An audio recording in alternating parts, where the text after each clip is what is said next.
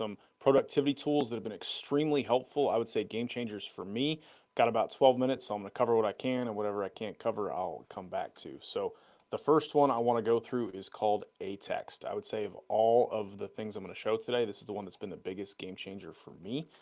It's a software you can download to your computer that does basically creates shortcuts. This is the page you can go to. You can just Google A-Text and you can download it for Apple or Windows. I didn't have to pay anything for it. I'm not sure if you need to pay for it today. I've seen prices up to $5. But basically the way that it works is you'll open A-Text and you can basically create shortcuts. You can do this for simple text like this. I use it for AI prompts all the time, but you can also do it for something simple. So quick example. As an abbreviation, so my name is Fred Johnson. Let's say I spell that all the time and I get tired of spelling it. I could type my name here and I could put .fj. I don't want to put something I might accidentally type anyways. Actually, I'll put like a caret kind of thing here, and then FJ or FF we'll use in this example. So caret FF, and that's going to type Fred Johnson. So now anytime I type that, so I'm going to go ahead and open up a document. Pro tip, to make a new Google document, you can just type docs.new at any time. And whenever I put caret FF, it's going to just type whatever that shortcut was. So this is an awesome way to save some time and get things done quickly. Now that might seem simple, it wouldn't have taken that long to type that, but I use this for emails all the time or for ChatGPT prompts. So two quick examples of how I use this on a day-to-day basis. Let's say I'm writing an email. I'm going to go to email. This would work in Gmail or Outlook or anywhere. I'm writing an email to someone and I can really quickly say something like GM for good morning, or GA. I've got all these shortcuts created, and then I would say hope. So when I type hope, it types hope you're having a great day. And then I'll say whatever my message is, how have things, whatever. And then I have a booking link for people to schedule with me. So I might put something like .book, and it'll say use my booking link. And it actually has the link in there, so I don't have to type it out every time. And then when I'm done typing my message, I also say something like have an excellent day at the end of it. So I would type something like have, and it gives me the have an excellent day. So this is a huge time saver. I also use it for things like emojis. Whenever I type caret smile or a color or face palm or any emojis that I use on a regular basis, I can just pop those out really quickly. So anything that you type on a regular basis, this is going to save you a ton of time. Another place that I use A-Text, and again, you can go into your platform and click the plus sign to create one of these. I've got a ton. I end up with folders. I've got a ton of these, but plain text will give you just regular text, but rich text is you can add GIFs, emojis, animated GIFs. You can add, that's where you would add your like hyperlinks and things like that. HTML, if you write any code for anything, you can actually have HTML and scripts. I haven't gotten into scripts and pictures yet, although they're pretty cool, and you can even adjust like if they're case sensitive or not, and you can test them out. So A-Text is great. A place I use that all the time is if I'm uploading a new like YouTube video or anything of that nature. Hello, I see you got a couple people in there. What's up, Casey? Great to see you. Fist bump. There we go. Okay. First time going live, still figuring out the chat. So with that said, when I create a short on my, let's say I'm just talking to my phone for like 40 seconds, creating a short video, I could slide over to a program I use called Opus Clips, and that'll create these shorts for me. And I can click on the video that I used in this case.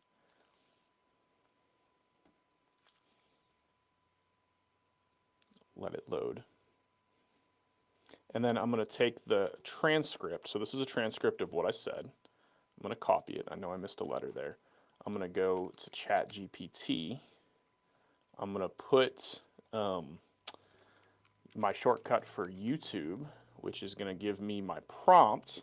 And then I'm going to paste my transcript, and it's automatically going to give me a YouTube description. So this helps to be able to create descriptions quicker. And then I can copy and paste that. And I have another one for posting the video. So I have post video. It just takes me to the link to post my video. but it cuts out those steps, and then I can select the file and I can paste my description. Once I get to that spot, I can just paste it straight in there, so I don't have to take any time to do that. So that can be a huge game saver, or time saver and game changer for me. The next thing that I want to go over is Zapier, or Zapier, I think it's pronounced, because Zapier makes you happier. And this is a place where you come and automate tasks. I'm not going to go into too much detail on how it works, but what I'm using it for so far is for two things. So I use it for, oopsie. I use it for automating messages. Like, for example, I send a good morning message to my colleagues every day. I wasn't communicating with my colleagues enough, and I wasn't going to manually write 10 good morning messages. So I just automated sending a good morning message to all my colleagues. Might sound impersonal, and maybe the greeting is, but then it starts a conversation, and I've actually got better relationships with my colleagues. I also have one where somebody might book a calendar invite with me, and it goes to my work calendar, but it doesn't go straight to my Google Calendar, and I want it on my personal calendar. So what it does is you set it, looks at the event, it formats it, and it puts it into my Google Calendar. So the way you would create a Zap is by clicking Create, and then you can tell it what you want to do, or you just set up different triggers. So the simple one I was using is go to Schedule, and then choose an event, so like every day, and then you test it. It's going to say, all right, what time of day? And I'll say 9 a.m. or whatever time. No on weekends. And then I'll come over here and go to action. What action do I want to happen at that time? So another example is if you use Slack for work, you could go into Slack. You would have to connect your Slack, and then you would choose a message and your account, and then you're going to type something like, good morning, Joe, or whoever your coworker is. And now at 9 a.m. every day, it's going to say, good morning, Joe. Again, might feel impersonal, but then it actually starts the conversation. So that's a cool time saver. Ultimately, it's a great way to automate communication with clients and customers. A way for you, like if you get an email requesting XYZ, automatically pop that out. So that's super helpful tool for me. I'm just getting started with it, but there's a lot you can do there. Another one is Adobe Express. So if you do anything creative like graphic design, what's cool about AI now is that used to be with graphic design, you needed to have a lot of skill. But today, it's not so much about skill, it's just about creativity.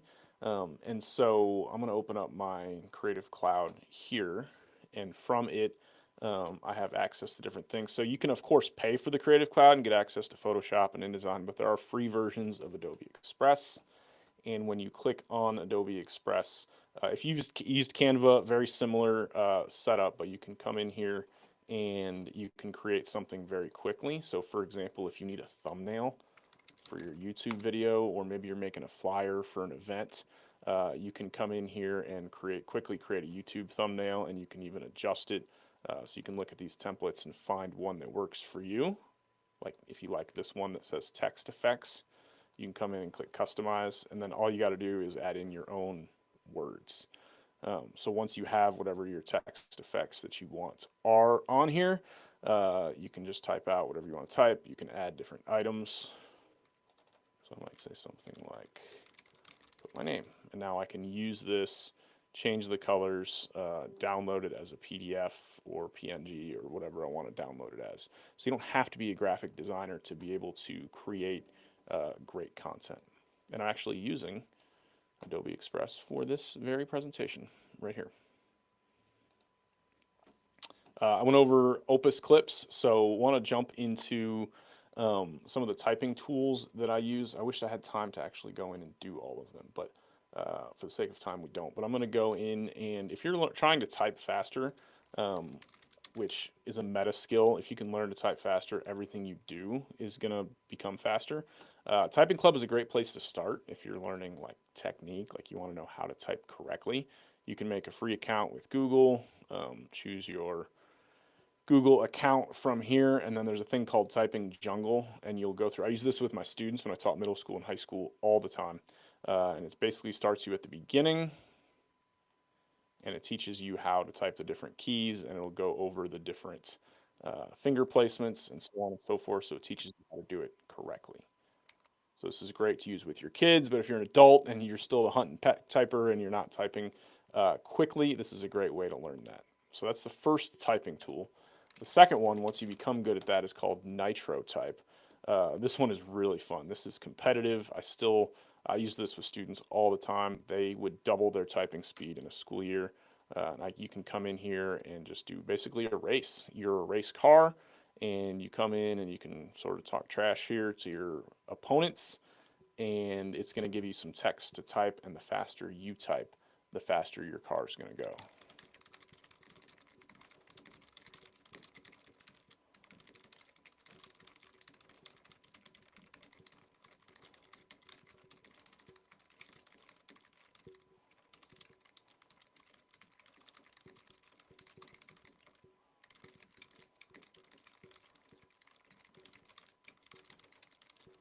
So you do your race, it'll tell you WPM, which is words per minute. That's how fast you typed. It's like miles per hour for driving.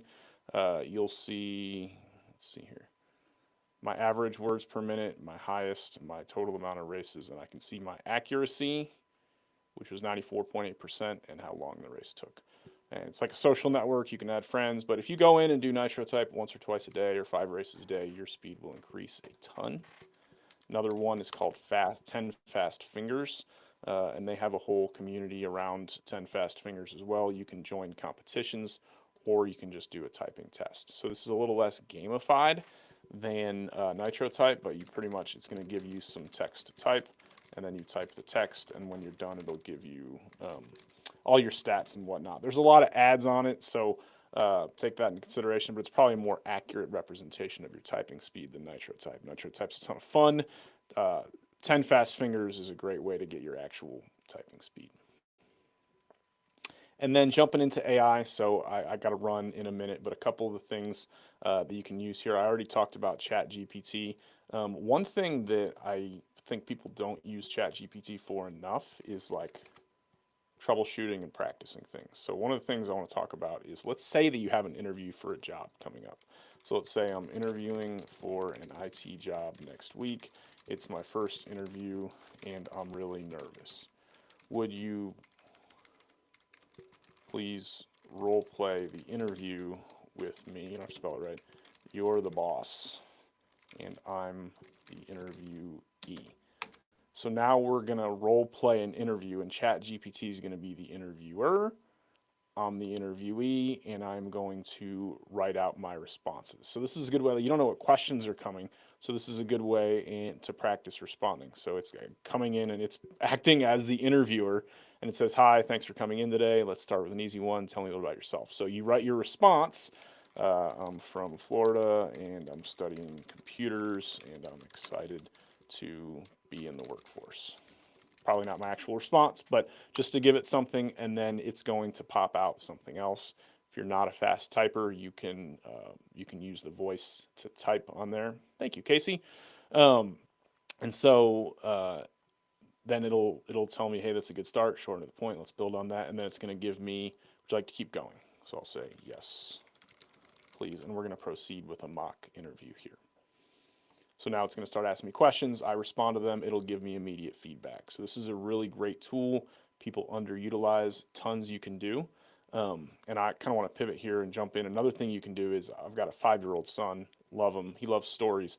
I can create a custom story. So I might say something like, create a bedtime story for a 5-year-old that loves dinosaurs and soccer, or whatever your kid's into. So now, and you can change the names so it's specific to your specific child, but it'll give you a story that now you can read to your child that has details that your child is interested in. So this is super fun, and then they can get into it and kind of connect and give ideas for the story. And you can even create images. So I'm teaching my little guy to use AI to create images. So I might say something like, create an image of the dinosaur described. And now ChatGPT is going to pop out an image of that dinosaur. And so this is a really fun way to make an engaging story using artificial intelligence. We also used a lot of, there's one called Microsoft Designer. I'm not sure I'll be able to pull it up. I'll try. But you can create pictures on there as well. There's a lot of them that you can create pictures on now, and the pictures are getting better. But there's voice to text. So even if you can't type or read, you can come in and create an image on here. So for example, as this image is loading, and this will be the last one before I gotta sign off here.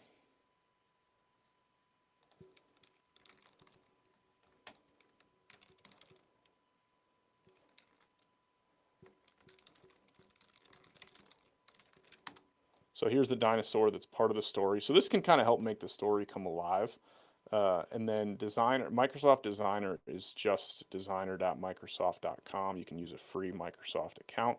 And you can come in, and what I do with him is I turn on the voice to text on my phone, and he'll say create an image of. So I might say something like a 5-year-old boy riding a T-Rex that is running away from a volcano. Now I'm creating like a fun story one, but you can also use like